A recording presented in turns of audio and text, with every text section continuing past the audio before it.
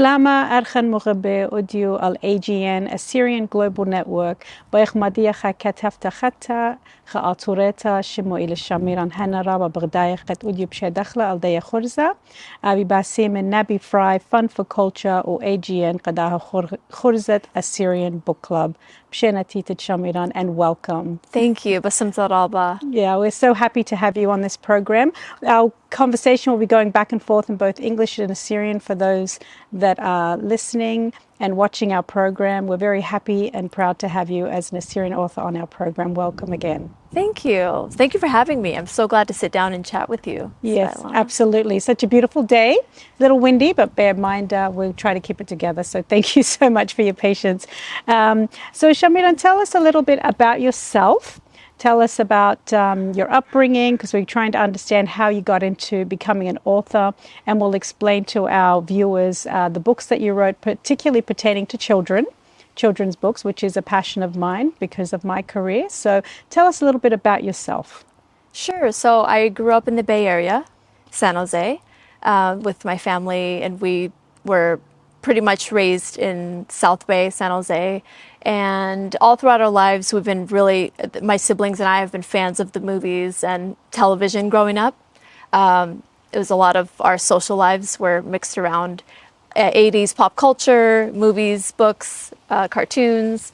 And so growing up, I was always a fan of that, and I was always a natural performer, and I would imitate and learn lines from movies, and it was my way of kind of showing my personality to my older siblings. And you know, my older sister was, you know, her and I used to bicker a lot, but as soon as I was able to start performing and making her laugh, it was something that bonded us when we were younger. So that's always a fun thing I remind her of constantly. And so, yeah, we were just, you know, always, you know, reciting the funnest movie scenes and dialogue, and had fun with that, making each other laugh. My uncle was always very joking with us as well growing up. And we just really gravitated towards pop culture and fun. And so being artsy and creative was something we always kind of had in the house. Mm-hmm. And throughout school, I was always more of a writer than I was more academically inclined, more mathematic. So I was more of a writer, artsy person, and it really thrived in that. So it was really fun. I have to say, growing up Assyrian in America, I would say was trying to find my identity with not being American enough for my American friends, and then feeling like I didn't fit in on the Assyrian side because I didn't necessarily look the part exactly. And so there was always a sense of how do I communicate myself to the world? How do I share myself to the world and who I am? And so my art side has always come out in that way to express myself as a person and as an artist. So I think that my books have allowed me to do that. And so it was nice to finally discover that I could do it that way. Yes, your books are very exciting, but let everybody know how many siblings you have. Oh, I have 4 other siblings. Yes, it's a big household. Yes. Growing up, I'm just picturing you growing up with all the siblings. Yes, it's been amazing. I'm the 4th out of 5, and I have amazing, fun, loving siblings. We're all very close, and we, again, grew up very close together and close in age. Yeah. And so, yeah, we just had a ball doing that. And we actually grew up with a lot of our cousins really close to us as well. So we definitely had a big family growing up, and we're very close. We consider a lot of our cousins actually like our siblings. Yes, yes, definitely, most Assyrians, but I can see that in your family since I know most of you.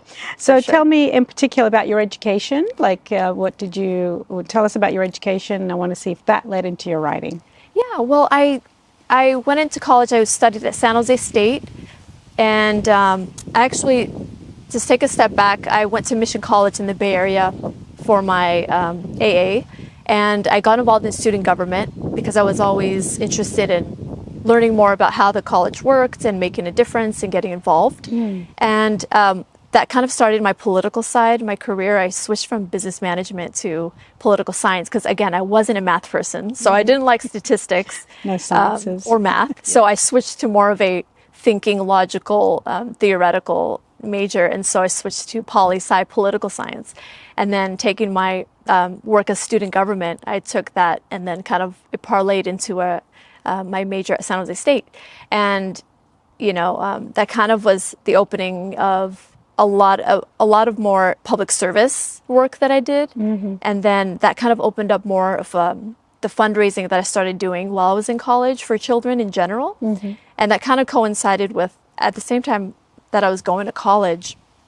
I worked in retail, and in retail we did a lot of fundraisers for children, and so I was able to kind of showcase my artistic, creative side as we worked there, and we would fundraise for the Children's Miracle Network. And then I came up with a campaign of dressing like Disney princess to raise money for kids. And so customers would call in and hear that we were doing that. And so they would bring in their kids and just to take photos, and we'd help raise money that way. So I knew I had an interest in public service, giving back to children, mostly because I was just a kid at heart for the most part as well, and I could relate that way. Right. And so it kind of just grew out of that, and I realized I love doing kids events. Wow. And then I started a company called Champion Events for kids parties, and then we did that for a couple of years, and then I turned that into I was really inspired by my uncle, who used to, joke with us about like things like childhood lullabies that we would sing as kids. And one day he came in and he's like, "Hey, do you remember that song when you were younger?" And he's like, "It's about the sailor who went to sea." And I thought, I remember that story, but how did it go? I was kind of younger. Maybe my older sisters know this more than me. Yes. And then he said, "Yeah, you don't remember that song?" And so I decided, I'm going to Google it and find out the background on this sailor that had gone to sea. And there was no story. And so I thought, I'm going to write the story of why the sailor went to sea. Okay. And I wrote it as like a poem. It just started out like a poem, and I just thought, oh, this is fun. And then Facebook was kind of just starting at that time, back in like maybe 12, 15. Did it feel natural for you when you were writing that poem? Really natural. Yeah. It really kind of came out like, I'm just going to write a story, maybe post it on Facebook. Yeah. And maybe I'll find a photo. And then it became, it'd be interesting if I had more than one photo to go along with the poem. And then I just started Googling the idea, and it kind of became, I could turn this into a book. Wow. And then I decided I wanted to be very fair. Yes. And I thought, I don't want to just pull photos from Google or whatnot. I said, I'm going to find an actual artist that will, design the photos for me, and I'm going to just publish a book on my own. Wow. And then that's where the adventure began, because I had no idea how to start. So the book that we're talking about is A Sailor Went to Sea, and this was your first book. Is that correct? Yeah. Yeah. So this was your first book that got all of the excitement going, and obviously led into a few other books that we'll talk about. But tell us about your inspiration before we talk about A Sailor Went to Sea. Other than, it sounds like your uncle, your family, obviously your education, all kind of came together and created this excitement to want to write a book. Yeah, with A Sailor Went to Sea, it initially just started as like a fun project. And then I just went down this rabbit hole of learning and challenging myself, like, I'm going to turn this into a book, and how do I do that? And then I learned that I could self-publish my own story.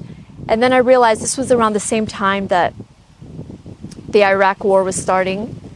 And, the genocide was happening in Iraq and Syria. And it was, that was like a big a moment for me that I just thought, like, man, I'm really grateful to be living in America, and how my parents were immigrants from Iraq in the 80s, and how they came here to give us a better life, and they started from nothing, and how grateful I am, because there's women my age at that point that are living and dealing with the war that was happening at that time.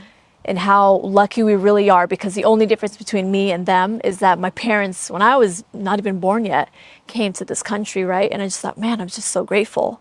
And so when I wrote the story for A Sailor Went to Sea, it was really about how the sailor appreciates his life and the perception of what he thinks is a good moment. For him, he's trying to find the perfect sunset. And then he prays about it. How do I find the perfect sunset? And then a voice or God tells him, it was right in front of you. It was just about you seeing it that way. Right. It was always there. It's how you perceive it. It was always there. Yeah. So I just want to talk about the beautiful colors in the book, and tell us about your illustrator, Lila Lynn. How did you find her? Yeah, I found her through an organization of independent artists. And she actually had, what's special about her was that she made the illustrations by hand digitally. And although it was my first book and I allowed her a lot of autonomy to create the illustrations herself, Right. it also taught me how to work with other artists, to make sure that I was honoring their work and not asking them to change their style in any way. Right. So it really helped me learn a lot in terms of the process of publishing a story, of how do I let her know what my vision is without compromising her artistic ability. Allowing her to be her creative self. Yes. And she actually personally had disabilities herself, but I wanted to make a point to work with somebody at their pace and to showcase their own creativity without getting frustrated that it wasn't what I wanted. So I'm proud of that. And she was a lovely lady to work with. Well, I can see through her pictures, even though the words are few, but the pictures tell a loud story. So you really need to go through the story and see. So tell us, what do you want children, because I know these books are particularly for children, what do you want children to take away from this book in particular? I want them to take away that, when they're angry or frustrated, or they're not happy about something, or if they feel like something isn't good enough, if they change their perception of what that means and being grateful for what they do have, they can find themselves and how lucky they are. I feel like oftentimes we remind our younger kids, some kids don't have what you have, right? And we teach them how to be grateful for their toys or their, opportunities. I want them to remember how to look for things that they have and be able to, identify that, hey, they might be luckier than others, and like to be, grateful if they can. Yeah, focusing more on being grateful for what they do have instead of what they do not have. Yes, exactly. Okay, wonderful. So along the line came other books, and then is there anything else you wanted to add about A Sailor Went to Sea? Anything in particular that you want us to know about? Honestly, it just was more of a reminder for myself, more than it was for kids, that, hey, I'm grateful, and anytime that I'm complaining about anything, I just remember, like, life is good. There's a lot, it could be a lot more difficult as you see around the world. So it's really a book for adults as well. And actually, that book specifically, I donated the proceeds to the Shlama Foundation, which is one of the organizations at the time that was helping rebuild homes that were destroyed during the genocide and the destruction in Iraq. And so we're really proud to contribute whatever coins that came in to help support an amazing organization like Shlama. Right, and helping so many families that really do need and do not have and are really having a hard time getting through all the struggles. And like you said, how grateful we are for what we do have. Yes, definitely. Yeah. So as we can see, Shameran, thank you for sharing with us your insight on A Sailor Went to Sea. So our viewers may not know this, but you've actually written 3 other books other than A Sailor Went to Sea. I want to talk about Bobby the Bee. This is a story and activity book, so it's a little different. Obviously, the storyline is a little bit different. Tell us about Bobby the Bee, and what is the moral behind this story, and why did you decide to do an activity book with this one in particular? Yeah, I feel like after the first book, I learned a lot. And I knew I would too, so I wanted to challenge myself. So Bobby the Bee is near and dear to my heart. I think it's because after the first book I learned a lot, so on the second one I wanted to challenge myself.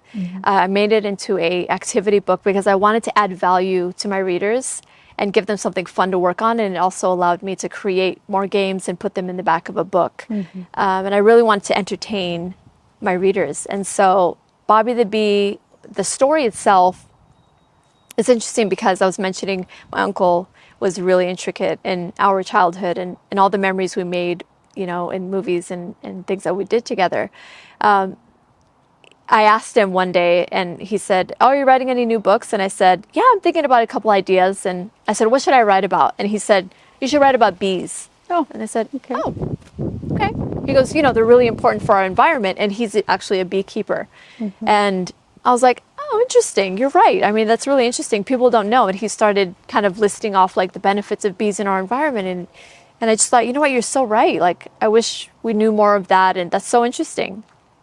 And then I started writing the story of Bobby the Bee. And I wanted to make sure that it was something, cute for kids to remember. So I made sure that his name began with a B, and not to be mistaken for the Bee movie, Yes. which was made, in which case his name was Barry the Bee. Yes. And so I kind of had that idea of, wow, that movie really taught kids more about kind of what bees are doing. But Right. I wanted to kind of put my spin on the importance of bees in our environment. And Right. so it kind of led into, let's educate kids as well as entertain them, and then put activities in the back. Right. And then what about the moral to this story?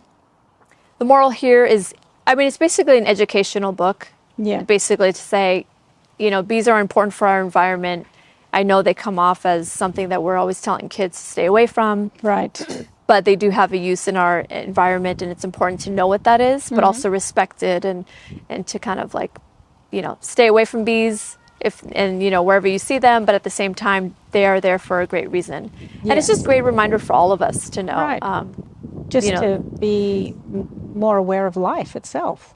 Yeah, and also like the benefit, not the benefits, but not just the benefits of what bees do for us, but also like how they're dying at an alarming rate because of pesticides, and how we as consumers are buying products that are detrimental to bees and the environment. Right. And so it was a nice way of also teaching my adult readers who are reading to their kids to kind of be more mindful, maybe. And, my hopes of, whoever's reading the book will get something out of it. Right. And so there's an education piece as well as in this book, so and an activity book. So there's a lot going on in this book as well. Yeah. This was a good read for me as an adult.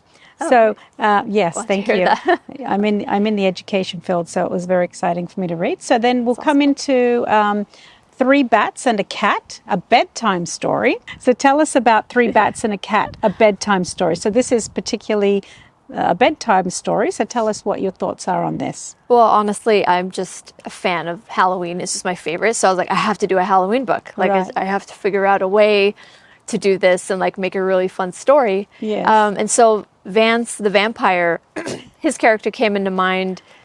He's essentially a vampire that goes to a new school, and it's about teaching children how to make friends with people when they're newer or if they're different than you, and how to find friends in places you wouldn't expect, and to keep an open mind when you're in school. Right. And it's really giving an anti-bullying message, and I'm really proud of that, because we definitely need to get that message out constantly. Right. To young school children. So Yes, it's a fun way of mixing a fun Halloween story, but also the moral is, somebody you wouldn't expect to be friends with that might be different or look different than you could be one of your best friends. So, Right. It's nice. It's important to be kind to everybody. It is important to be kind to everybody. I would agree with that. Yeah. And what better way to teach children when they're younger, and to instill those morals into them so that they, as adults, they can continue to be kind to everybody. Do you find that a lot in school when children are unkind to others? How do you usually handle those situations? Yeah, so there's a lot of that, even in a younger age. I work in a younger setting, but the children, a lot of dialogue. There's just needs to be a lot of dialogue with the children. It's not okay to hurt your friends. It's not okay to be mean. Like you said, we have to be kind. How would you feel if somebody did that to you? So there's a lot of dialogue with children. So we teach them also that it's not okay, and it's even as they get older into youth, I find that there's a lot of that going on. So it needs to be stopped. So this is a great book. Maybe I'll read it to the youth at church. There's no age limit on bullying, is there? No, there isn't. A lot of adults should read it too. Exactly. So yeah, thank you for asking that question. So moving on to book number 4, which is Jojo and the Incredible Ask. So tell us about Jojo. Who's Jojo and what's Jojo's story? I see there's a scripture here, Luke chapter 2, 9-14, but I'm going to assume that it's the Christmas story. So Yes. tell us about that. Jojo is a character I really wanted to dim the lights a little bit, because my first couple books were about really bright natured characters that were fun-loving and optimistic. The sailor was optimistic. The girl in Bobby the Bee was curious, and she's basically playing with the bee and getting to know him better. And I wanted to dim the light a little bit with this character, because there are times where you're not always happy, and there are folks out there that are not having the best time. And so Jojo's a character that suffers from speech delay, and he's unhappy even around his other siblings and classmates. So essentially the story is about a young boy who writes a letter to Santa, and his wish is that he can speak clearly and get his thoughts together. And really what strikes me about it is that it's actually my own personal experience of feeling like just more stressful times where I felt like I didn't communicate myself well, or was frustrated with how I communicated with the world in general. And I wanted to, it inspired that character of this young boy who's like, I want to get better at this, and it's something that I'm insecure about. And so he writes a letter to Santa, but essentially it's within yourself that makes that change. It's not something that someone else can grant for you. So Yes. it was really about finding your own confidence, and he does in that story. And a realization Yes. of what's going on within. Yeah, And I love definitely. how you touch on speech delays and bullying, real life situations that children are actually going through. Yes. So I really do appreciate that you included all of those in the books. So tell us about the writing process of your books. How did that begin?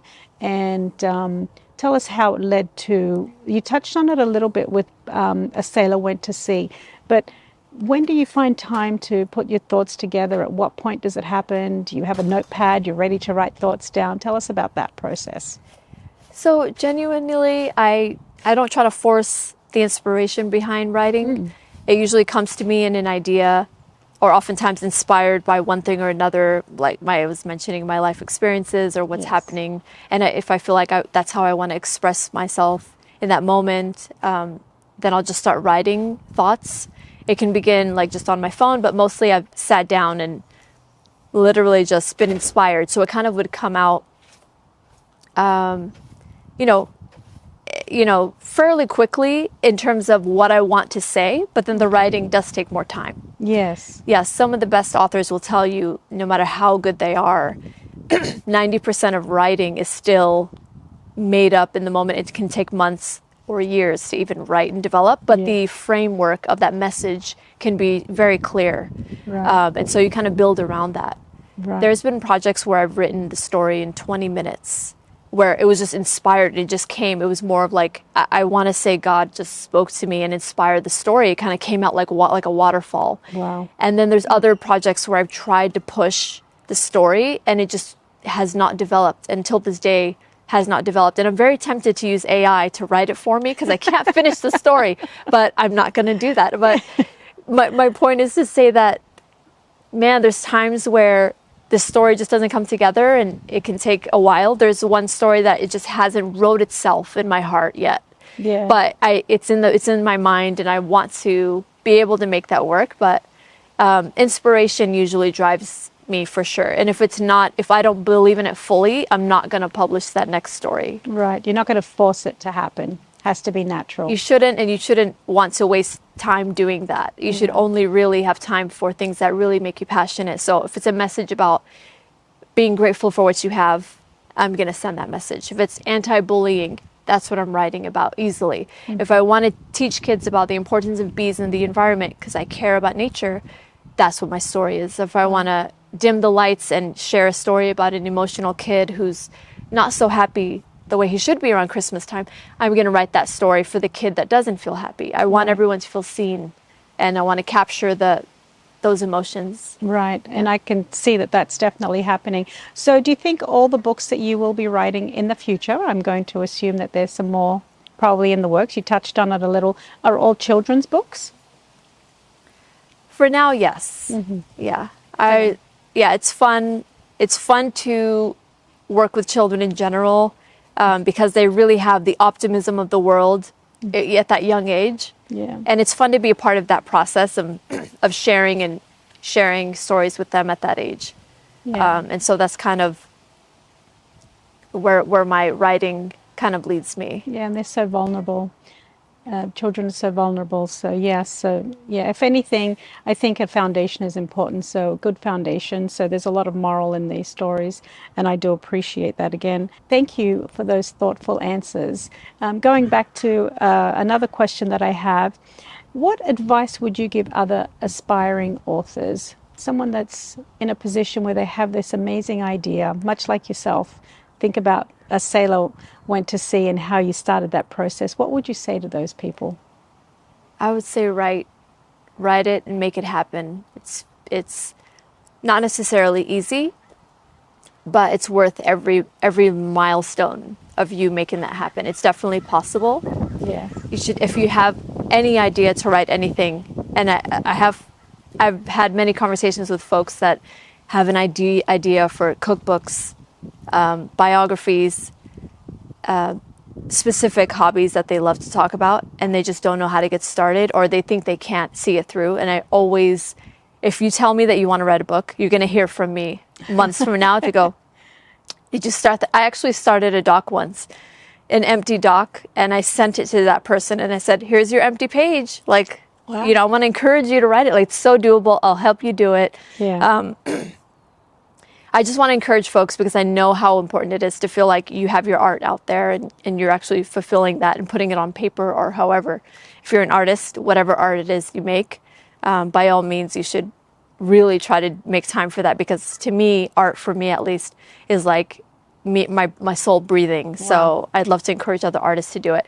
If you really don't know where to start, literally start from just a sentence, an idea of what you want, and then create a framework of what you want that message to be, and then fill in the paragraphs after that. And it builds itself. It literally blossoms like a flower. So really just get your idea on paper, and by typing out even just a sentence of what you want it to be, you've done that much. And then you can always come back to it and build, and before you know it, it doesn't seem as overwhelming because you've already started even just a little bit. Yeah. So all those aspiring authors out there, you're willing to guide and help them, no doubt. Yeah, Sounds absolutely. like you're excited. Thank you so much for inspiring us with all your beautiful works and your beautiful books that I have here in front of me. As you can see, all these books have beautiful color and illustrations, and there is a moral in all of your stories, as well as education piece in a couple of them. And then I just want to let our viewers know that if they would like to get copies of these books, they can be found on Amazon. And my understanding is that the proceeds go 100% go to, I think you mentioned the Shlama Foundation or Assyro. Is that correct? Yes. Yeah. So if anyone would like to purchase these books, I know that I have decided that I will be purchasing a set of them for my school library, since I work at a school. And then I'll be very happy to share these books with the students at my school. And then tell us about the other piece. I understand that there is also a song and an audio. Can you tell us about the audiobook and the song that you have as well? Sure. So I wanted to challenge myself again, and I wanted to create a library of products for kids. And so Champion Books has really expanded to 2 of the books are on audio stories. So if you want to download them and listen, in the car, wherever else, you can do that. And then I also, when I was younger, I had written a song, and when I was a babysitter, and so I turned that into a dance record for kids. So it's a pop song available on iTunes now. Wow. And then Bobby the Bee being my kind of favorite book, I pushed myself again and I turned it into a gaming app. Right. So that was kind of a challenge to make a whole nother adventure. And hopefully in the future we can, take the stories and see them on screen someday. So you said that Bobby the Bee is your favorite. Why? I think I'm just mostly proud of putting together the story and activity book. And I feel it's the one that really gives off value. And I was really proud of working with the artists that gave me those illustrations and really kind of brought my vision to life. And that was, I think, the most accurate project where I felt like it really executed on everything that I wanted out of it. Wow. So mission accomplished on that one. That's wonderful. I've really enjoyed our conversation today, and I'm so glad that I'm able to, even though I know you, that I've got to know you a little better, and I'm so excited to learn about your creativity, and I'm hoping that a lot more people can learn from your books and bring them into family homes so other families can also teach their children the morals and the values of your beautiful books.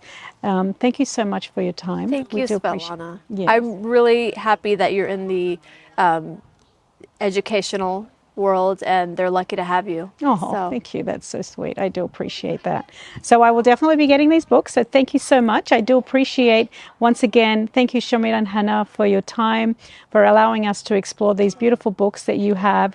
We're so proud of our Assyrian authors and the beautiful books that they are writing. Once again, thank you to AGN, the Assyrian Global Network, and Nabi Fry, Fund for Culture, for sponsoring our Assyrian Book Club. Basim Rabba Pushum Bishlama.